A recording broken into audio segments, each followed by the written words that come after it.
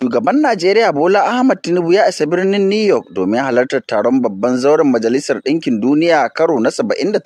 Shugaban ya samu tarbo daga ministan harkokin wajen Najeriya Ambassador Yusuf Tuga da kuma wakilin dindindin na Najeriya a Majalisar Ɗinkin Duniya Farfesa Tijjani Muhammad Bande da sauran jami'an gwamnati. Taken babban taron na bana shine sake gina amintaka da ƙarfafa haɗin kai tsakanin ƙasashen duniya da kuma haɓaka yunƙurin tabbatar da muradan ƙarni. Shugaba Tinubu zai kuma gabatar da jawabinsa na farko a ranar 19 ga watan Satumba. Kazalika shugaban zai kuma shiga tattaunawa daban-daban kan batutuwa da suka haɗa da ci gaban mai ɗorewa da rigakafin annoba da ayyukan sauyin yanayi da sake fasalin kuɗin duniya a lokacin ziyarar tasa. Ƙungiyar kare haƙƙin 'yan ƙasa da tabbatar da shugabanci na gari a Najeriya, SERAP, ta kai ƙarar shugaba Bola Tinubu kotu kan gazawarsa na wajen hana tsofaffin gwamnoni da suke riƙe da muƙamin minista karɓar kuɗaɗen fansho na jihohi. Ƙungiyar SERAP dai na neman kotu da ta tilasta wa Tinubu ya umarci waɗannan tsofaffin gwamnoni da su daina karɓar irin waɗannan kuɗaɗe.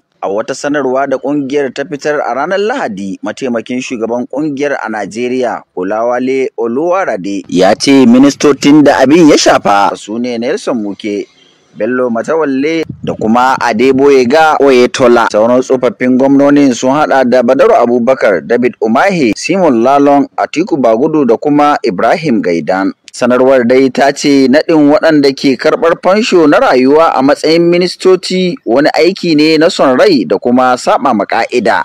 Yayin da yawa daga cikin 'yan waɗanda suka ajiye aiki ba a biyan su kuɗaɗen fansho, amma tsofaffin gwamnoni da ke riƙe da muƙamin minista na samun maƙudan kuɗaɗen alawus idan sun bar ofis. Gwamnatin Tinubu tana da nauyin hana tsofaffin gwamnoni karɓar duk wani haƙƙi na ritaya yayin da suka aiki a matsayin ministoci. SERAP dai ta ce wannan ɗabi'a bata dace ba, musamman idan aka yi la'akari da ƙalubalen tattalin arziki da ƙasar ke fuskanta.